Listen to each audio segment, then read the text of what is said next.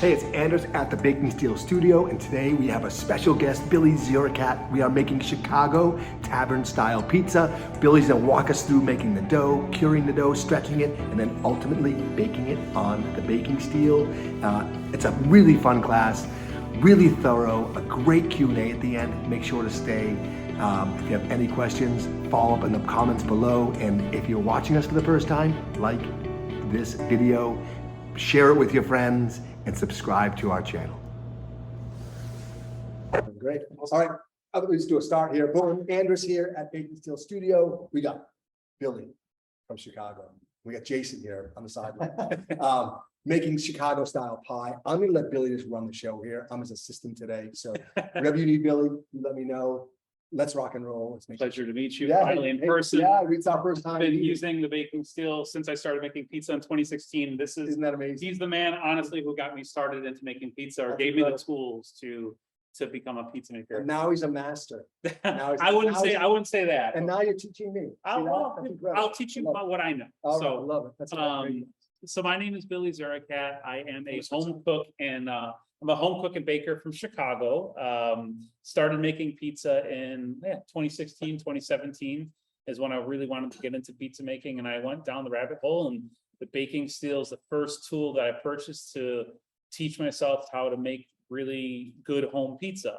And you know, as a home pizza maker, you need the right tools. If you're playing sports, you honestly need a good ball. You need you're playing baseball, you need a good bat. You need to get the proper, equipment to put yourself in the best position to succeed. And I learned and taught myself over the years. And one of my favorite styles to make, because I'm a Chicagoan born and raised, is Chicago Tavern Style pizza. And it's a very, very popular pizza at this very moment. It's kind of trending throughout the country. It's really buzzworthy, which is crazy because it's just what I grew up eating. People equate Chicago with deep dish pizza, and we think like that's all we eat. Couldn't be further from the truth. That's what the tourists eat. Nothing wrong with it, but Chicago Tavern Style pizza is what we make the most. Awesome. So yeah, I started making pizza in 2016, 2017, and my journey with us connecting today is kind of a wild one. I'll just make it quick, but I played sports. I made that reference here with sports second ago. I played basketball my entire life, and about 9 years ago, I started having weird issues while playing recreationally with friends, where I started like losing my balance and falling. And those falls would increase over the years off the court. I noticed like muscle mass in my legs getting weaker and weaker, and my body was changing. I didn't know what was going on. And 2 years ago, in March of 2021, I was diagnosed with what's called limb-girdle muscular dystrophy. It's a very rare form of muscular dystrophy that you're born with, but doesn't take shape until at any point in your life. So mine didn't hit me till I was 30, and it was very mild and slowly progressed and got worse and worse. But over the last 9 years, I watched my body change from, me playing basketball 3 times a week to now I literally can't get up the stairs without a railing anymore. I can't run or jump, and I have a disability. So during that time period, before I got diagnosed, I needed a new outlet. And that's where pizza making and cooking really, I joke that I traded my jersey in for one of these. And I know I'm dying to turn. If somebody's out there can have a connection, knows how to make aprons. I want a Jordan, a sneaker inspired aprons. That would just make everything full circle. Smart. But pizza making became my passion, and it helped me find an outlet when I needed it. And I've been using pizza as a way to share my story, and food really as a way to share my story of reinvention. And I've been using it to raise money for the Muscular Dystrophy Association. Awesome. So I've been doing collaborations around Chicago with pizzas. I have a pizza I call the Tripping Billy because I lose my balance and fall. And I've raised $40,000 for Muscular Dystrophy Association in the past it's about a year and a half now. So that's who I am. You can follow me on Instagram at @TheRealBillyZ if you want to follow my food journey and everything on there. But today we're here to make my pizza, my city's pizza, not my personal pizza, but my city's pizza, Tavern Style pizza. And basically what Tavern Style pizza is, a low hydration dough. It's almost cracker-like thin pizza that's cut into squares or party cut, which you can have while, washing down a beer and watching a game. And it's a super easy, fun pizza to make. And it's really addicting. It's just, snacking on it, super crisp. It's awesome. If you've seen the pictures of this stuff, it's just crazy. It's great. Kenji kind of helped put it on that. Kenji was one of the influencers that now has helped take it to another level. He came to Chicago in January of this year, and he wanted to go to Chicago and Milwaukee and try the best spots. And he did a tour of 20 places. I believe it was 20 places he tried over the span of a couple of days. I was lucky enough to have Kenji try mine. I made my pizza for him, and he was kind of blown away by it in the process. Were you nervous? Oh, super nervous. I was super nervous. Like it's like, you know, one of my food idols. You guys know Kenji? Like, he's the legend in the food world. Yeah. MIT grad, like this food Jay science. Kenji Lopez Alt. He's the best. He did our forward in our book, and he's a big proponent, loved the baking still too, and he's a phenomenal guy. Yeah, and he recently just published an article. He went a deep dive and he worked on a recipe, and he published an article in the New York Times recently about how to make tavern style pizza. And there's a process called dough curing, which we're going to go over today. And he kind of put a highlight to it. So, like, again, he didn't originate this. Definitely, it's been a thing here in Chicago, but it doesn't matter. We're not here to gatekeep who started or whatever.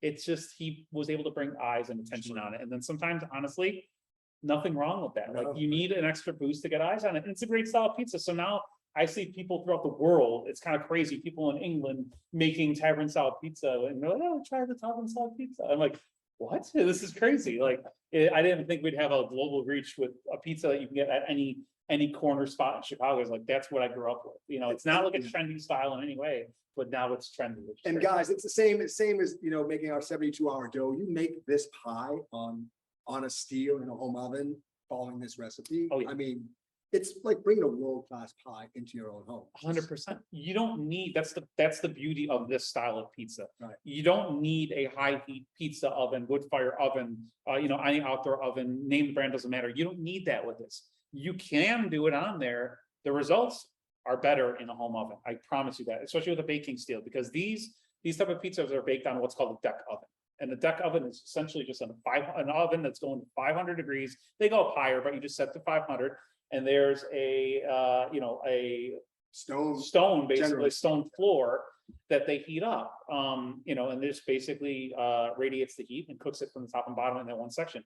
You can replicate that same process in your home oven, and honestly, even probably better, because steel is going to keep that heat better than much better than stone. So, exactly, 100%. Yeah. So the recipe is going to involve a few different things. We're going to be mixing our dry ingredients with our wet ingredients at first. Then we're going to basically get it to a shaggy mass. You ideally would let it sit for 20 minutes, and then we're going to separate, ball them up, put them in the fridge. It's a dough that's going to be cold fermenting, which simply just means letting it sit in the fridge and rest and slowly ferment over time in a cold environment. We're going to do that for 3 to 5 days. After 3 to 5 days, the stream is not going to be for 3 to 5 days. We're going to do this in a short period. I came from Chicago prepared with a lot of dough with me. But at that point, we'd be done. We could just bake our dough, roll our dough out, bake it. But we're going to do something called curing, which is another step. So we're going to walk you through the entire process, start to finish today, how to make that pizza. So if you're ready, we can do it. So we're gonna. Yeah. So here's the rule. I mean, the guidelines today. We're gonna make the dough, mix the dough first. I'm gonna change the camera upside down. We're gonna go through a bunch of processes and then do some baking. Save up your questions towards the end, and we'll just start firing them off. And Billy and I and Jason can do our best to answer them for you. If we don't know the answer, we're gonna Google it on the side. No, honestly, we'll fake it till we make it. Yeah. Right. So let's get going. I'm gonna change the view here, guys, so you can see what Billy is up to. My mouse. There it is. This is you. I can't see a thing. I can't either. I'm blind. We're all I'm telling you, blind. I would shut the We're computer. all off. No one's gonna get this. It should go. There we go. Awesome. All right, so I'm sure you're gonna we'll post a recipe at some point. So if you Yes, guys, you don't have to take notes or anything, just kind of watch today and learn. I'm gonna half my recipe that I normally do. My normal recipe will yield anywhere from 4 to 5 dough balls. If you're not looking to make 4 or 5 pizzas, this should make about 2 dough balls. So in a bowl, first off, use a food scale. I'm gonna give you everything in grams today. If we want to convert it, we can convert it out to cups, but I'm telling you, invest in a food scale. It's the best. It's going to make make your life completely easier. If you're baking anything in general, it's just best to have one. Accuracy is what you want. You're not cooking, you're baking. So it's more of a science to it. I agree. Okay. So in a bowl, I have here I have 362 grams of King Arthur flour, bread flour. You want to use bread flour because you want a high protein count, high gluten flour that can handle the stretches and the kneading that we're going to give this. So we have 362 grams of King Arthur bread flour. Then I have that topped with 20 grams of coarse cornmeal. So that's one thing with the distinct thing with Chicago Tavern Style thin pizzas. You're going to have cornmeal in there. I like to add a little bit more cornmeal because I like the almost like toasted popcorn like notes you get from it. It's really cool. So I have 20 grams in there as well. And then to finish off the dry ingredients, we're going to have 3 grams of sugar, just granulated sugar, and 3 grams of kosher salt. And then finishing it with 2 grams of instant dry yeast. You can use active dry yeast if you want to. There's really no difference. Essentially, if you use an active dry, you would typically have to activate it in water, but honestly, you can do without that. It doesn't matter. It's going to be the same. So as long as your yeast is alive. So that's all in here. And then our wet ingredients are pretty simple. We have 185 grams of anywhere between 85 to 90 degree water. So basically just like lukewarm water. We have 185 grams there. And then I also have 30 grams of olive oil. Okay. I just mix them together in this cup. So we're just going first thing we're going to do is mix these are all our dry ingredients. Just get in there with a spoon. You can do this. We're going to do this by hand today. If you have a food processor, that's actually the best method. Personally, if you have a food processor, that'd be great. A stand mixer is fine too. It's gonna make this process quicker. I'm gonna do this by hand first, and I'll tell you the instructions to do that with any equipment that you have. But stirring that together, now we're gonna pour in. This is our water and our olive oil together. Okay. And I almost drank this earlier by accident. Thought it was my water. So we're gonna start and just use take this off the scale.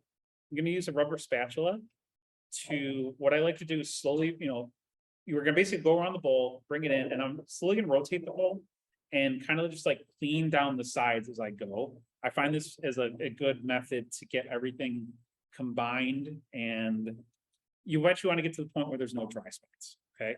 So we're going to keep getting in here. It's going to get shaggy. And then once we get to the point where it's starting to, I'm kind of pushing down a little bit too, so we can get this clump into one mass. As you can see, I'm kind of just making sure I'm going around the sides and making sure there's no dry spots. And what I'll do here at this point, I'm going to ditch the spatula. I'm going to wet my hand. And now with a wet hand, I'm gonna just peel off any dough that we had on here.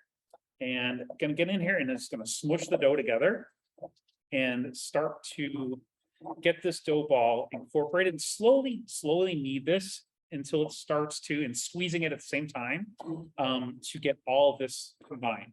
This is a low hydration dough, meaning the amount of water to flour is gonna be low. It's only about 54%.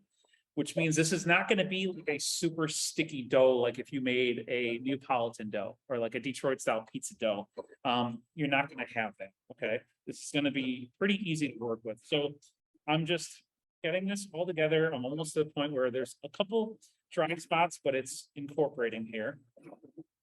Kind of run this around, make sure this is completely clean. Okay. And then just kind of kneading through. And at this point, I'm going to keep kneading and just keep this in the bowl. Okay. I'm going to knead just for a few minutes. I'm just pushing down, kind of rotating, pushing down, rotating it. Yeah, it's very dry. Okay. It's the point you can see that we're almost completely clean here. And it's kind of got this shaggy texture here. I'm just going to knead this, let's say, for another minute, just to get this kind of into a shaggy mass, but like a little bit partially smooth. Like you can feel, you feel that now. It's hydrating. So what we're gonna do, it's actually feeling pretty good now. So this is what it is. It's like a big old Play-Doh right now. Okay, shaggy Play-Doh. So we're gonna cover this. Let this to the side. This is where we're gonna play this out hypothetically. We're gonna take this out, put this to the side for 20 minutes. Okay, 20 minutes passes. Here's our dough ball back, okay? It's not gonna look like this. It's gonna be a little softer now after 20 minutes, and it'll rise a little bit too. You're gonna have a little bit of puff on it, but not a huge amount. How much yeast was in that? This was only 2 grams of yeast, okay? Small. Yeah, small amount of yeast.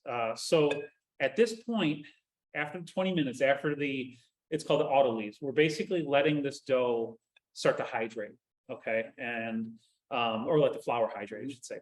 After 20 minutes, we're gonna get this dough ball and we're gonna knead it for another maybe minute or 2 max. And it's gonna get to the point where it's very smooth. It's going to feel like Play-Doh.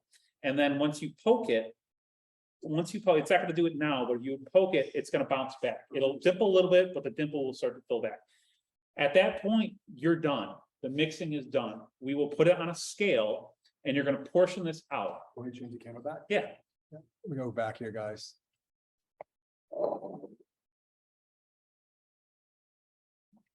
Sure, of course. Washing his hands. Not beautiful, super simple, guys. It's like Play-Doh. Again, this is the hard work right here, right? This is the hard work. It's like I said, it's a lot of this work in general is just like, it's just front loaded work. It's not like, you're not gonna be flipping this dough around all over the place. They're just like little steps over time. So, okay, 20 minutes pass, when 20 minutes passes, we weighed it out and you just wanna divide these into dough balls that we want to eventually make a 14-inch pizza. So we want to divide these into about 240 to 250 gram dough balls. Okay. At that point, you have your dough balls separated. Find a container like these would be great, or like a deli container. Any bowls that you have with like lids, basically just grease it with a neutral oil, olive oil spray, whatever you have that is going to work. You're going to get your dough ball in there, make sure it's completely, taut dough ball, and get that in. Get it in the fridge. We're going to let it ferment anywhere from 3 to 5 days. If you really wanted pizza the next day, you can, but if you're going to take the effort to make your own dough, do it right. Like, just take your time and let the natural fermentation do its thing. Huge difference. And there's you guys a huge know, difference. If you got 72-hour dough, guys, that 100%. 2-3 days is ultimate, right? It's like next level. At least. And then I'm going to show you. And now the best places in Chicago must be doing a 2 or 3 day ferment easily, right? Oh, easily. It's probably closer to the 3 to 5 days. I would probably say. This dough, the longer you go, the better it is, in my opinion. So the advantage of this, if you're having a party on Friday night and you mix your dough on Monday, you could roll it out, have the dough all ready Friday night. 100%. And then I'll show you when we do what we call the curing process. That's going to make your day of baking, say if you're having a party. Okay. Sure. I did a pizza pop-up in Chicago with a bakery called Sugar Moon Bakery, where I was selling my Tavern Style pizzas. And I had 35 pizzas to be, made over a span of 2.5 hours or so. I did this. It was my first true pop-up, and I did a pre-sale on it, everything. The thing pre-sold, it sold out in 55 seconds, which was like terrifying, because I'm like, okay, that was cool, but I'm like, okay, this is enough now. This pressure's on. Right. I've never really made this for this style for people outside of my friends and family. Sure. So no, but during that time, everything was all done. All the work was rolled out. All the dough was rolled out. So the day of baking, all it is like flipping the dough out and rolling it, and just topping and baking. So a fun night with your friends, right? Because everybody gets together. Big pizzas. You made the dough the hard part. Now you can have your friends top it if you'd like. Yeah, have some fun. So great party pizza. Now let's flash forward. It's been 5 days. Okay. So I went into my fridge. I have my doughs all stacked. You make those in there. Okay. This dough has been fermenting now. This one has been in this. I've had this at home. This one's I think 3 or 4 days. Okay. So we have our dough ball. Another thing about Chicago Tavern Style pizza that's different is you're not hand stretching this dough like you would with New York or Neapolitan, and you're not flipping in the air, you're not stretching on your knuckles. You're using a rolling pin. You want this pizza super, super thin.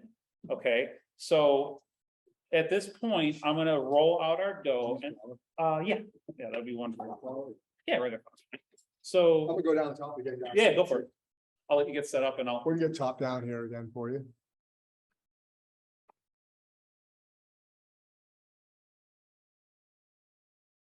Some great questions coming in. I love it, guys. We'll get to those towards the Q&A.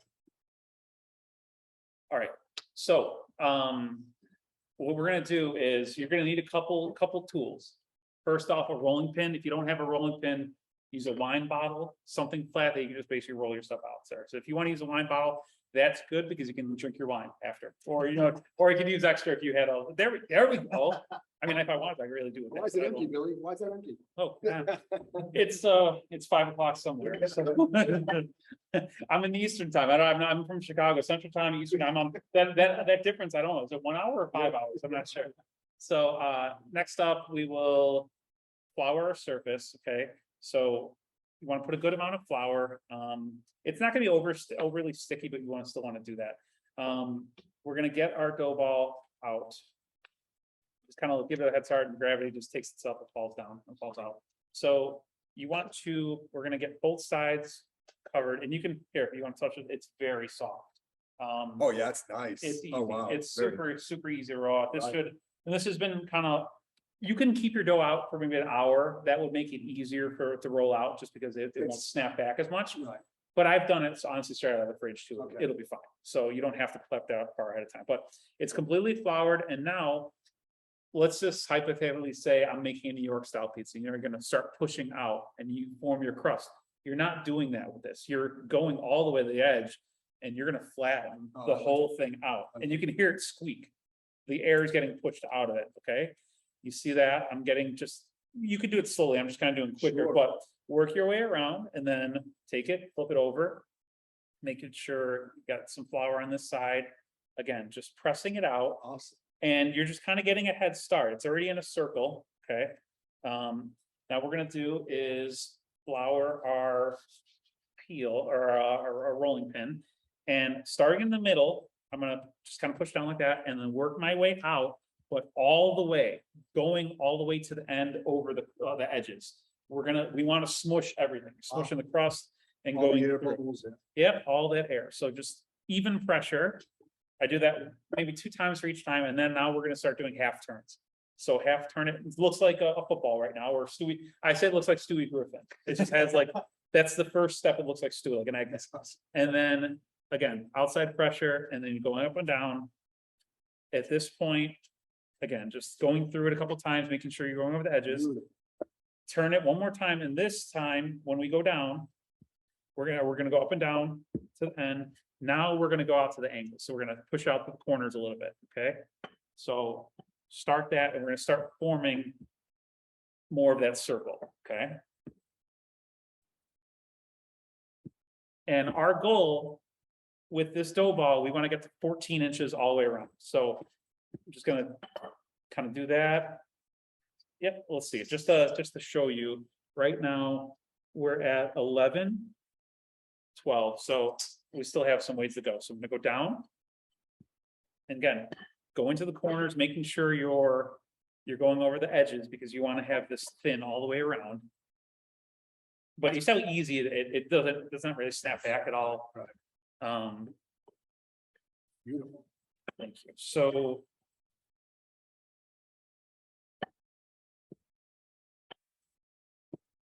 you can rotate this now if you want to, but there's kind of at this point, you really don't need to. You're just really just trying to get to your desired length. And, a baking steel easily, a regular size baking steel is gonna 14-inch pizza is no problem. I have a pro at home. I can make a 16-inch pie, no issues on it. Is there a traditional size? No, I mean, 14 is usually the standard, but you can get you go to some of these places in the areas, you can get giant, like 20. Hey, keep in mind, guys, typical pizza peel is 14 inches. Yeah. Right? So They're not bigger than that. yeah, I have a 16-inch peel at home, but they're hard to find. Like Yes. those are kind of like a special order kind of thing. Right. So we have our circle here. That's beautiful.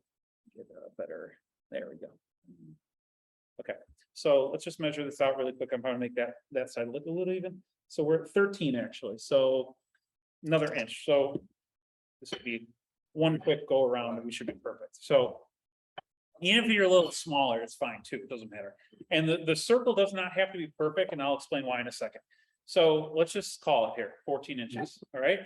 Now the next step, we're gonna do something called docking the dough. I have a dough docker. This is not a medieval like torture device or weapon. What this does, we want to poke tiny holes into the dough. And the reason that what that is it's gonna help release steam. And that steam is not, it's gonna help this crust stay thin and not have air bubbles. We don't want air bubbles with this. We want this to stay cracker thin. So if you don't have a dough docker, you can use a paring knife, honestly, a fork. Yeah. A fork is fine, but with a dough docker, this is just easy. If you're gonna make the style a lot, just get one of these. So all you gotta do, yeah, there, you get that too, whatever, but watch this. Going all the way to the edges.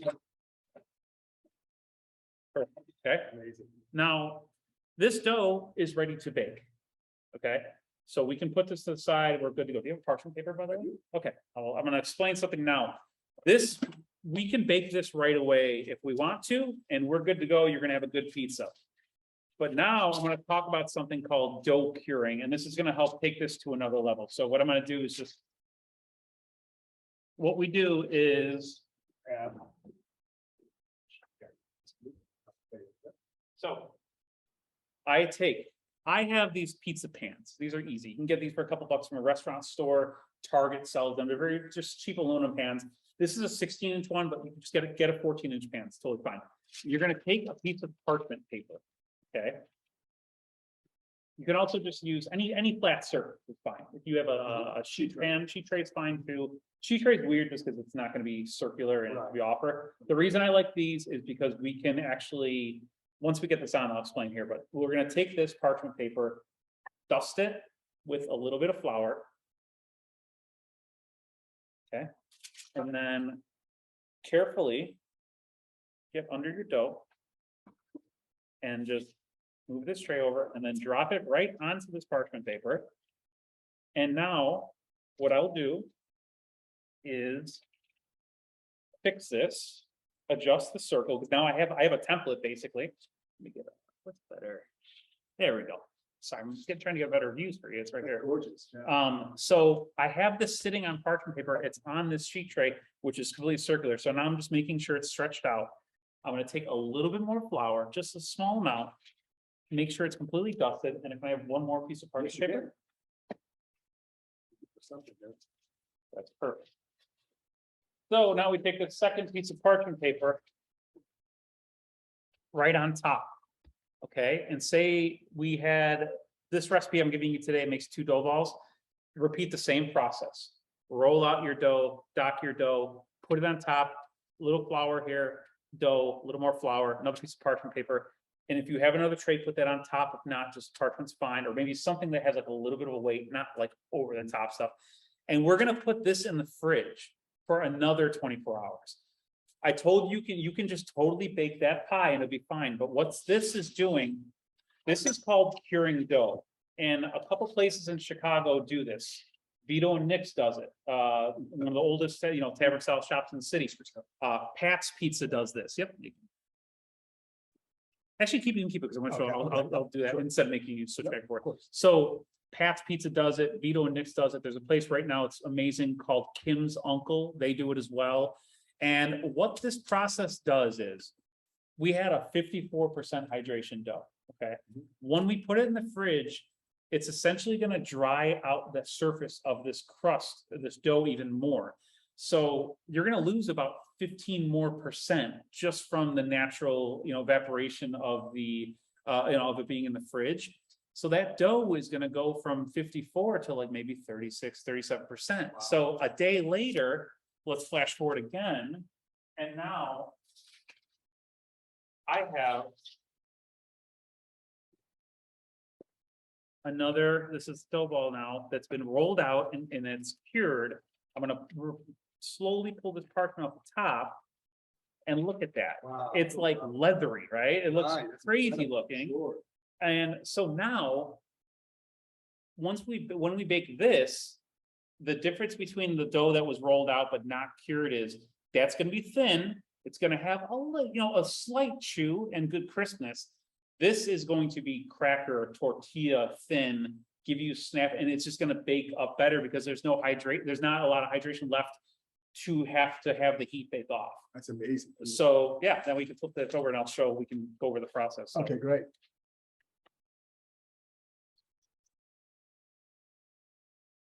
That switch thing. Okay, so now You did all your work. You mix your dough, you rolled out, you let your dough ferment. What's your timing on that? Like how long? I mean, typical time? no, I mean, it takes you, okay, the initial mix and separation of dough is gonna take you a half an hour, Sure. okay? If that, I mean, half an hour, I mean, if you use a food processor, honestly, or, a mixer, Your cleanup time's long. your cleanup time's a little bit longer, but not even that much longer, honestly. So that would be about half an hour. It goes into the fridge for 3 to 5 days. Rolling out your dough 5-10 minutes, back into the fridge for another 24 hours. Now it's bake day, okay? So now it's Friday night, guys. Now it's Friday night, okay? Family Manager is gonna come on, TGIF, be ready to watch some old shows, whatever. Yeah, there you go. So now we're gonna get this set up to make some pizza, and this couldn't be any easier. So we have our pizza peel. I like to use wooden peels with this type of pizza. You can use aluminum peels if that's all you have. I like the wood because I will actually flip this out on there and we're gonna build the pizza on the peel, not sliding under after. It's just easier, okay? So what we're going to do, we want to dust our peel with cornmeal, okay? I'm using medium grind cornmeal because you want that texture. You can use flour if you really want it, but if we're trying to go traditional, you're gonna use cornmeal. So these are gonna act as little ball bearings to help you slide off this dough. And it's not, you don't need a ton, just get your peel. The idea is we want to cake some of this on the bottom. Yes. We want to taste. You want the little texture from it. So this is like the most satisfying part of the process besides the actual baking. Do we want to go back down, top down? Not yet. Yeah, let's do it. Let's We actually go back, top down, guys. Yeah. See you in a few minutes. go for it. My one job today, eat and switch. Mhm. Let's do it. Okay, so now we got our peel here.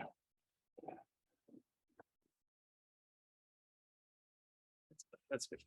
Okay, so now we're gonna peel the parchment paper away from, I have like 4 doughs in here, so I'm gonna peel it away from the one that's under it. Okay. Yep. So, Feels cool. you can just put Yep, that sure. up. So now what we're gonna do is I have this dough and I'm holding parchment paper side down. We're gonna do a quick flip and get it right on our board, okay?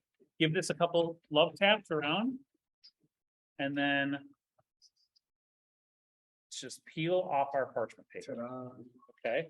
So this one's actually, I think I went a little aggressive and I think I made it a little bit more than a 14-inch pizza, but we're gonna make this work either way. So next step we want to do is once it's on the peel, we're gonna dock it again, okay? Just to ensure that we're helping, all the steam release so we don't have any bubbles. Bubbles are an enemy with this style of pizza. We don't want that. Okay, and you can, again, just use a fork if you want to. So let's talk toppings and sauce and such. So with a Chicago tavern style pizza, the sauce is cooked. You're making cooked sauce, and typically you're gonna have a sauce made with tomato paste that's gonna thicken it up. So my sauce, I will,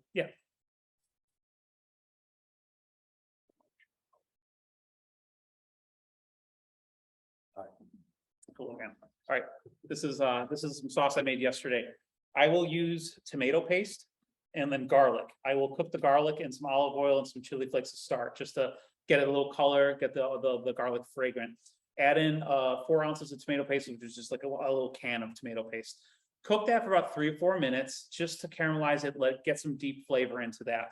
Then you're gonna drop in your can, a 28-ounce can of whole peeled or crushed San Marzano tomatoes. You have the Bianco de Napolis. That's the size can. Yeah, this perfect can here. We're gonna put that in there, and then you're just gonna season it with some oregano, some marjoram is really good in there, some dried basil, salt. I use my little secret. A couple people in Chicago do it as well. Is fish sauce. Adding a little fish sauce to it if you don't have any allergies to seafood. You're not gonna get a fishy taste or anything. It's just gonna give you that like a little bit of umami flavor. Yeah, like what is that in the background? And then a little bit pinch of sugar to balance all the the tartness, so the acid from the tomatoes. And just real quick, guys, all these recipes we're gonna send to you guys in a follow-up. So don't worry about taking. You can take your notes, but we're gonna send it to you to Yeah, just more just listening and watching today. So yeah, you just cook that down for 15-20 minutes, just start start cooking off the moisture and everything. Blend it with immersion blender or whatever, a regular blender if you have it, just to get it smooth. Season with a little vinegar and you're good to go. So that's what your sauce. So let's go ahead and sauce our pizza. We have our oven, by the way, preheating at 500 to get the baking steel really hot. You want to preheat it for at least an hour, I would say. Typically, that's what I do. Yeah, like 1 hour preheat, like anything we do. Just fire up that oven. I got steels on both racks. Oh, I know. Little wedge, or like a larger spoon. Yes, I did. Your spoon. Over here. All right, so we're gonna take our tomato. Let me flip it again. Oh, I can smell that. Yeah. Oh, yeah. It's still top down. Yeah, no, it's okay. And we'll get to these questions at the end too. Okay. Let's see. Boom. All right. So, thank you. So we're gonna take in just a couple, it's like 3 spoonfuls basically. And then we're just gonna kind of use the back of the spoon and work our way around to spread this. Difference as well with this pizza, we're going edge to edge. So the peel's a little small, so I'm not gonna go exactly just because I don't want to have overlap and have this burn. But typically with a tavern style pizza, you're gonna go all the way to the edge. Toppings go and sauce goes all the way to the edge here. So just kind of spread this around. I brought all my things at home. I brought like most of my kitchen with me, and today I didn't bring a peel. I was like, I should have brought my giant peel. Oh, you have bigger. I just have a giant. I have a peels. Do you have a 16-inch one? Did we send you one of those? No, I have one, but feel free. Yeah. I got plenty. I got plenty. I'm kidding. So yeah, we just want to get our sauce to the edge here. As you can see, there you go. Awesome. And at this point, you could sprinkle, if you have a little oregano, dried oregano is really good on here. So if you do that, that's a kind of a known thing in Chicago. A lot of places will do that. So next step, I'm going to make the pizza I'm making today. I didn't even tell you here we go. Get some oregano. Okay, sprinkle some oregano around, and the classic.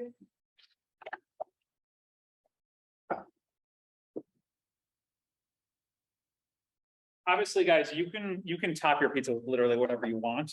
But I'm gonna do the classic combination in Chicago, which is going to be Italian sausage and giardiniera. So the Italian sausage I'm going to use, it's a kind of special sausage you get in Chicago, but you can get it in most places. You just go to most grocery stores. This is a bulk sausage, so meaning it's not in casing or anything. So it's seasoned with a ton of oregano, thyme, lots of fennel. It's a fennel sausage and garlic. So we're going to put sausage and then giardiniera. Giardiniera, if you're unfamiliar, is going to be a medley of pickled vegetables. So it's pickled peppers, carrots, olives, cucumber, some celery, kind of differs. But it's pickled and then it's preserved in oil. Sometimes olive oil, sometimes sunflower oil. This stuff is the best. It gives you a spicy kick. It also gives you acid. So you're going to have all this richness from this cheese and the sausage, and this is going to help balance it out. One of the best brands that you can get nationwide this is from JP Graziano here in Chicago. It is a classic, iconic sandwich shop and Italian grocer in Chicago. This is a version of it. You can actually get it on the website, tasterealchicago.com. You can get that, but you can usually find this in a good amount of grocery stores. If you don't have giardiniera in your area, you just maybe stop a banana pepper. Some kind of pickled pepper would be good. Okay. So you want to just drain that up from the oil. And you don't want to have too much oil in the pizza. So just let that drain for a little bit. So we're going to use some whole milk mozzarella as our base here. And this is, we shredded this beforehand. So we're gonna take a big handful of this mozzarella and spread this around. We're not gonna go crazy with the toppings because this is such a thin pie. We don't want to go nuts with the toppings because we don't want to weigh this thing down. We want it to actually, keep its crispy texture. So I'm doing, this is a big handful, maybe a handful and a half cheese. Maybe let's say if you wanted to weigh it out, 6 ounces maybe, for a 14-inch pizza. Just kind of spreading it out here. And now with the sausage, there's a technique here. We're gonna do what's called the pinch drop. So we're gonna take the sausage and get it in your hand, and you're gonna pinch away almost like dime size Oh, cool. balls, and we're gonna start in the middle and just pinch and drop, and we're gonna just work our way down the middle at first. This is just my method. You can put as much or as little as you want on here. But I usually go like 5 per row. And then I start to the right of it and I'll go in between the first two. Okay, kind of like offsetting. Again, yeah, just kind of a pattern. There's no rhyme or reason. You can just put this in any way, but mainly you just want to pinch and drop this down. Okay. And then just work your way. We'll do one more row.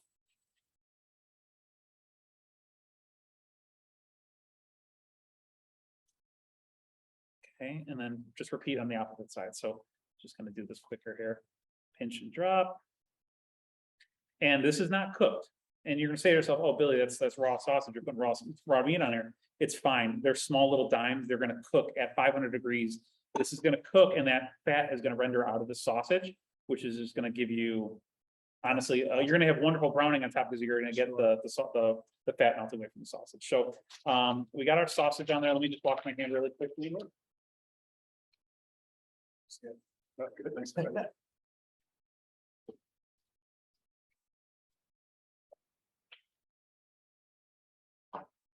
Okay, and then lastly, or second to last, we have our jardinera. This has been had this drained, so I'm going to take some jardinera and just kind of sprinkle it all around. Okay, Beautiful.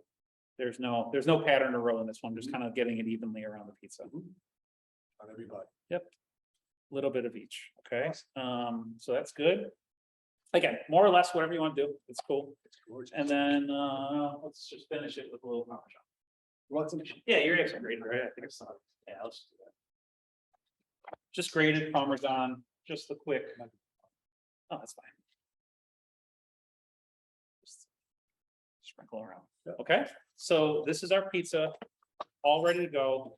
Give it a little shimmy shake. Just make sure that your sliding should be okay. If it's not, yeah, it's good.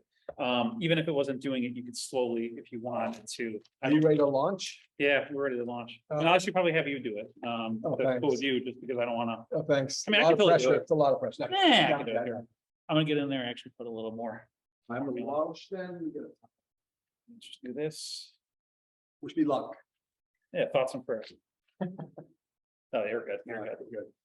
I'm gonna go bottom rack or top? No, go bottom. So we're gonna put this, set your steel on your bottom rack of your oven. If you have 2 steels, that's better. There you go. Perfect. And even if it's, sometimes I'll launch it and it might, depending on it, because I think my pizza I made was just a little bit over 14 inches. Not bad. It might overhang a little bit. If that's the key, and this is a little tip, I've done that before where I've overshot or undershot it. It's fine. Don't mess with it right away. We're gonna let this bake for about anywhere between 7 to 9 minutes, depending on your oven. But Put 7 minutes on. perfect. What I do is I let it bake for about half the time. So maybe wait 3-4 minutes, then get in there with your peel and you can shimmy and adjust it and then it'll be fine. So don't. Right, yeah, the steel's way too hot. It's Don't way try too it. hot. Don't Yeah, try if you it. try to launch it right away and then try to adjust it, you're gonna end up messing the whole thing up. Just let the other part of it cook. It'll start to firm up and then you can move it. Want to do some Q&A while that's baking? Totally. Is that cool? Yeah. You guys ready for some Q&A? So, and if you asked questions earlier, maybe throw them back up because I might have a hard time scrolling. I want to get to these for you guys. So any questions, let us know. So let's see here. All right, go for it. You can ask away and I'll. 800 feet maybe below sea level. Let's go. Ask away, guys. It does look great, by the way. And I was watching this whole thing unfold. It was amazing. This dough is like super cool. It's like opposite of what we do with our traditional like 72-hour dough. We're docking it, knocking the holes in it so it doesn't like puff up.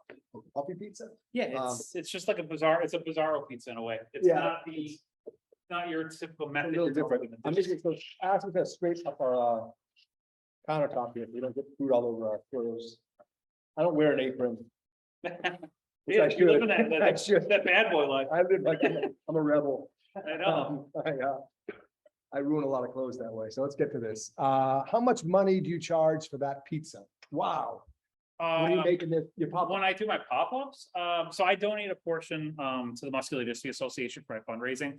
So I charge $25 for the pie, and I donated like I think almost half of it. So donate a good amount. But if you go to a pizzeria in Chicago, depending on where it is, like $20. if you're getting a 14-inch pizza, I would say somewhere between 18 to 22. Yeah, it makes sense. It's the same as it's a big pizza, guys. It's got a lot of ingredients on it too. Traditional, same. Yeah, okay. All right. So let's see. How do I adjust the dough recipe for above sea level? I'd say don't do anything, right? No, you should be fine. It's not like it's such a low hydration that I don't think the altitude's it's not gonna affect it that much, because it's also all the fermenting that's going on is in the fridge. It's not really fermenting at room temperature at any point. Right. Should not affect you. And so bottom rack, we decided to go bottom rack. We've got two steels top. We're not using the boiler here, it's straight bake. So we're kind of going to get a little bit of a reflection heat from the top steel, but yeah, if you only have one steel, correct. You can even, if you have one steel, just do it in the middle though. Yeah. That's totally fine too. You don't need two steels at all for this. Could you bake two at a time? Good. Oh yeah, easily. You can do three. If you have an oven that has 3 racks in it, do 3 at a time. Yeah, it's the ideal pizza for that, right? That's why the oven, the deck ovens are set up like that to do nice pizzas. All right, I love to do ours on the grill. You really recommend just using the oven? Oh, have you tried this in the grill? Yeah, I've done it all sorts of ways. Okay. So if you want to do it in the grill, you can do this pizza literally in any source. You just have to understand temperatures. Know that you want to bake this at 500 degrees, and you want to make sure your surface is hotter than that. So your steel, even if your ambient temperature of your grill could be 500. But your steel, if you warm that up for an hour, you're going to be more than 500. Yeah, so be careful. Yeah, so remember, steel as opposed to stone transmit energy like 20 times that of stone. So 500, and the only challenge, well, one of the challenges with an outdoor grill is the top heat is not going to be the same as a home oven, right? Because they don't trap the heat in as well. So just be mindful of that. If I'm going to try making tavern pizza outside on my grill, I'm probably starting at like 350. Yeah, so, I would actually. Well, I was going to tell you, get your oven, get your grill super hot. Use a infrared thermometer. Sure, yeah. Get your stone to about 550. Between 500 and 600. And then what you want to do is make sure that if you get your ambient temperature of your oven, actually, if your grill is 500, okay, and your stone temperature is say 550 or more than that, what you want to do is launch your pizza and then immediately kill the heat. Oh, you don't need extra heat going at that point. Let the ambient heat bake the top of it, and then the baking steel is already hot enough to cook the bottom, and then you'll probably cook the same thing 7-8 minutes. Carryover cooking that. Sure. All right. Have you tried Pequods in Chicago? Pequods is a whole different style though. Pequods is going to be it's almost like it's not a deep dish. It's essentially like a pan pizza, a thicker pizza, almost like focaccia, like bread-like. They're known for having their cheese and sauce go to the edges that it have. It kind of looks like a Detroit style pizza in a way. But yeah, it's a different style pizza. Pequods is awesome. Okay. Someone said Kenji, I'm not sure if it was in Kenji's recipe. I don't know his recipe, but he did a room temperature cure. Is there a difference in the benefit of that versus the refrigerator? Okay, so I've done both. And Kenji's brought the attention that you can do room temperature. Nothing's wrong with that. He obviously knows what he's talking about, but the cold ferment, if you have room in your fridge, it doesn't take up much space anyway, but if you have the room, do it, because a colder dough is easier for you to handle. Yeah, when you're peeling off the parchment, if you have and the person who asked about the sea level, okay, and humidity and all that can play a big role when you're trying to pull parchment paper. It's sticky. If you have the room, just use the fridge. You're not going to get a better result at room temperature, but it's going to be easier for to handle when it's colder. So that would be my advice. They've been debating hydration level and the salt percent on the chat here. I think I saw that you guys were debating it. Let's cut to the chase here. Yeah, what do you want to the actual percentage? So let's go to the percentage. It's 50. It's like it's we started at 54%. There's no way to tell the exact hydration after the fact. It's realistically, it's just proven that you're gonna lose about 15% when you're in the fridge curing it. So it started 54%. I think I'm at like 38, 39. Yeah, probably 38, 39 when it's done, but then as far as the salt and sugar are even, I think it's about 8% each. 4%, I'm just kind of going off memory, Right. 4% of yeast, you could just do the math, I mean, I give you the numbers, you can kind of figure it out, and then you're looking at about, I think, 12% with your fat, which is Oh, okay. the olive oil. And we're going to follow this up with. Yeah, and just so somebody asked that question, maybe doesn't know what I'm even talking about. Dough hydration is a method, it's called a baker's method, a calculator that they would use to figure out what percentages. Flour is going to be 100%. Okay, so say I have 365 or 60 grams of flour. Yeah, maybe take a look. Is that 700? That's 7. Let's take a look at it. Oh wow. Yeah, let me see. Yeah, you don't know. I'm gonna do a quick rotation. Oh, do you have you don't know? I don't. Okay. Oh. I'm gonna actually rotate this. He's just rotating that a little bit. It's stunning, by the way. I'll bring it on. Yeah, let's go and put another. Let's go. I want to go. You want to go with this style? I like to go pretty well done. 2 more minutes? Yeah, 2 more minutes is good. We'll check it. Every oven's different, so it's a great example. But going back to the baker's percentage, your flour is 100%. Okay, so we have 362 grams of flour. Then you're just going to divide how much your hydration is by your total. So to figure it out. So I'm using 185 grams of water. Take that, divide that by the 362, and then you get that's your percentage of how much hydration's in it. Salt amount seems low, only 0.8. We were wondering if 3 grams was correct. Yeah, well, see, I have my recipe. Okay, my normal recipe is going to actually do 725 grams of flour, 30 grams of the cornmeal, 8 grams of salt, 8 grams of, 7 grams of salt, 7 grams of sugar, 4 grams of yeast, 60 grams of olive oil.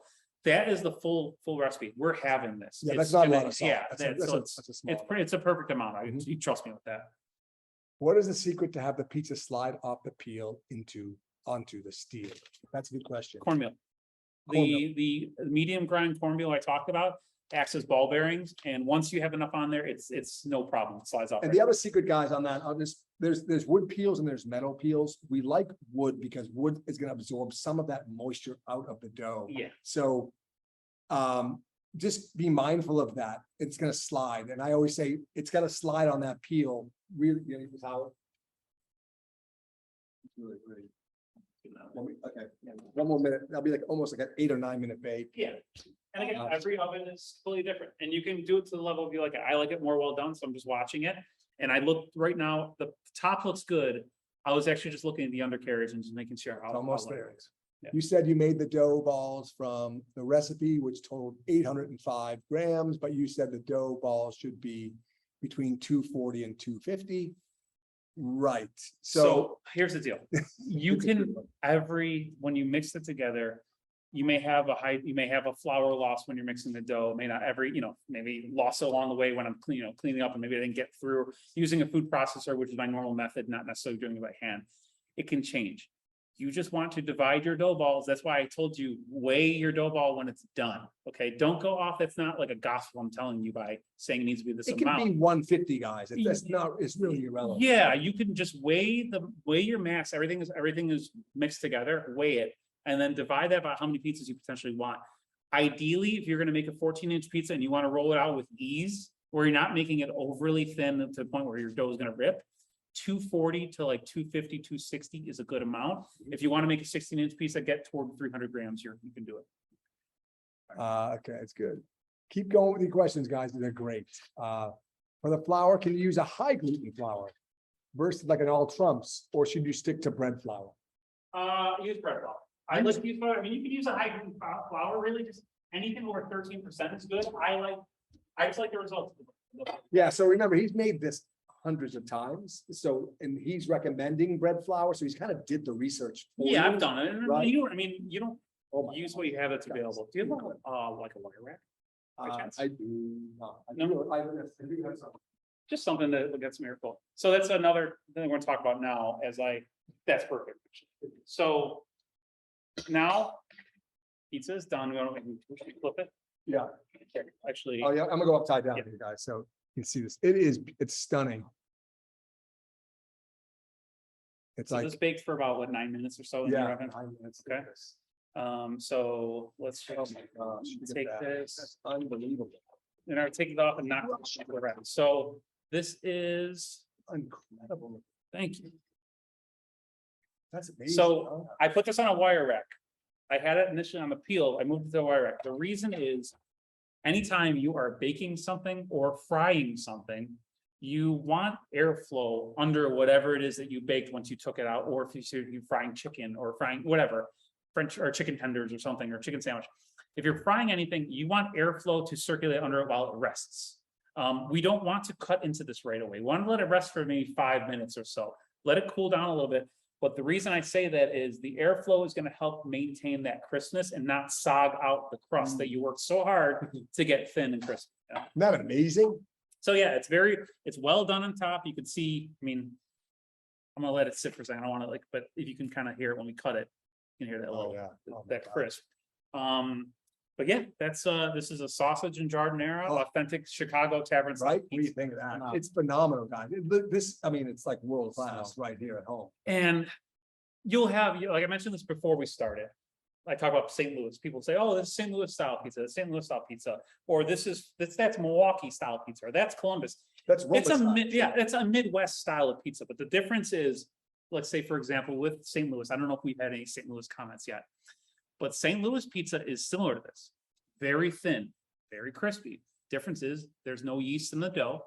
And they also use a cheese called Provel, which is a processed cheese. It's kind of like a mix of like Swiss provolone and mozzarella. And it's got this it's very polarizing is the best way to describe that cheese. But there's differences. But this is authentic Chicago. We can cut into it. Thanks for the answer about using the grill. Do you recommend that heat the steel and then kill the heat on all styles of pizzas? Great question. I'll jump in. You definitely can. I would just recommend, getting an IR gun, testing that steel. Remember, if you're burning it, it's too hot. So we do the same thing. We've started it at 500 and then just killed the grill, and then it's still going to cook that way. So again, it's gonna be a little different. Just play around with it. Can you use a sourdough? Oh, there's a good question. Well, you can if you want to, but just sub out, use your math and use the the equations. But you can. It'll give you a little bit of a tang. But I mean, I don't think it's not necessary. But you get enough flavor with this. But is it better to roll out on marble or wood? That's a good question. Honestly, I like doing wood more. Same. I have a marble countertop, but I've been doing it more on like a big wood cutting board. It's easier. It doesn't stick as much. Right. I second that. And kneading dough on wood is also a little bit easier by hand. If you're making more than one pizza, do you need to wait for the steel to recover in temperature? How long, or just measure it with the IR thermometer? Good question. You can honestly, I mentioned that pop-up. Okay. I had 3 steels going at once and baking pizzas I did 3 pizzas, 3 rounds basically every 9 minutes. I'd have a new round.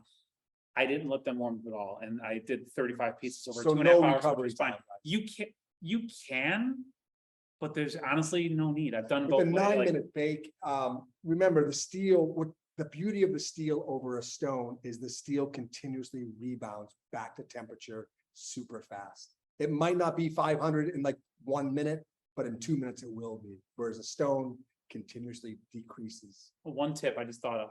If you're you're having a pizza party, you're making 5 pizzas or something, you're going to have a lot of cornmeal that's going to end up on your peel. Make sure between each pizza, clear it off. Clear up, pull it out, clear it. I know, pull it out of it, or just like pull your rack out a little bit. Clear it off, because that is going to smoke, and it's going to smoke up your house or apartment. I've been banned by my fiance to bake. I usually do when I'm baking on my baking, still making this style at home. I have to do it when she's not home because my smoke alarm goes off constantly. So make sure you're cognizant of that. That's the one tip I would tell you, is make sure that's clean that stone off. Really, I use one of these bar rags. I go in and give it a quick swipe each time. You just keep that surface as clean as you can. Not like super. That should be good. Let's get to some more.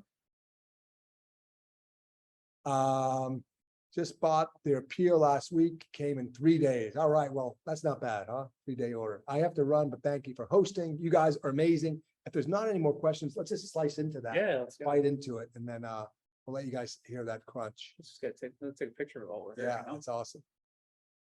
All right. I mean, it's amazing. All right. That's You stunning. have, A rocker, yeah. perfect. Yeah. All right. Back on the field. All right, all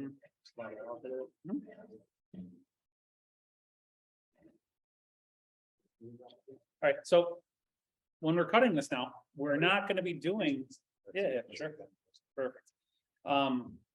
We're not cutting this into triangles. Okay? Oh, Like this is called party cut. So, we're going to, I like to find your initial line of sausage that we did down the middle, and what we're gonna do is have this lined up, and we're gonna cut this in squares. So we're gonna go maybe 4 cuts across and then 4 again. So we're gonna go, you can hear that, wow, that crisp. I know. Oh, it really Okay. is awesome. And just rotate, and we're just gonna do the same Oh, thing. that's cool. And the idea behind this was you can, Is there a reason? yeah, it's called party cut for a reason. Celebrations, birthday parties, Oh, and so you can have small slices while you can have a beer and not get too full. It's just almost like a snack, And that's cool. Sounds so crispy. yeah, and then we'll show you here. Okay. So Go back up top I again. feel like I need to take a picture of this. Isn't that pretty? Yeah, take a picture, man. It's beautiful. I have to take more, just take pictures. No, there's no proof, It's But- it's really a stunning looking pie, guys. That's cut. I love that. And yeah, you can do this in any, like I said, any topping combinations. The sausage and jardiniere is classic. You do plain cheese. There's a Chicago Supreme, which is it's sausage, onions, green pepper, I'm and gonna show you guys this mushroom. I'm gonna give you guys a quick let's see. Isn't that awesome looking? So cool. It's beautiful. Crispiness. So yeah, now we fight in Chicago over the corners. That's what you want, is usually get that small little appetizer slice. So I feel like you need to get in one of the corners. And you can hear, you can kind of hear that crisp already. But like this little baby piece right here, Oh yeah, that's usually what's this little corner slice. And you can see Look how completely well. And so hold that out. And let's actually Look at do. that. That's just like, that's what you call it. do. Undercarriage, firmness. Let me do this. This is a good example. You can see how thin. You see that? Wow, How thin, incredible. how crispy. Oh yeah. Oh my God. Like next level. Thank you. You gotta try this one. Oh man, right? That's phenomenal. That's phenomenal. You can hear the crunch from wherever you are. It's wild. I may have to break my 1 piece rule today. I know my diet's out the window. It's Right. and usually I'm not eating pizza during the week, but little hump day pizza, Someone's asking, yeah, we're gonna follow up tomorrow with this video and the recipe and all that we need. Recreate this at home. And you have, we have Andres at Baking Steel, we got Billy here, we got Jason. Email us anytime. Yeah.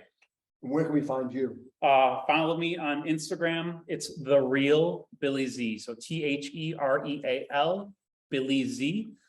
Give me a follow on there. You can see I put recipes up there all the time. You can follow my recipes, follow my videos. And then if you'd like to even make a donation to my fundraiser, like I said, I raised $40,000 at the Muscular Dystrophy Association. Feel free. I have a link in my bio. You can check it out, learn more about my story and what I do in Chicago.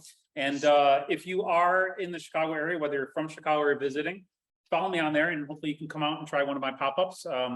Like I said, I do my pizza pop-ups. You can try my Chip and Billy pizza or my other collaborations I do. So good, you guys are amazing. Thank you for being here. We will we'll see you soon. Thanks for coming. And for your great questions. Thanks, guys. Bye.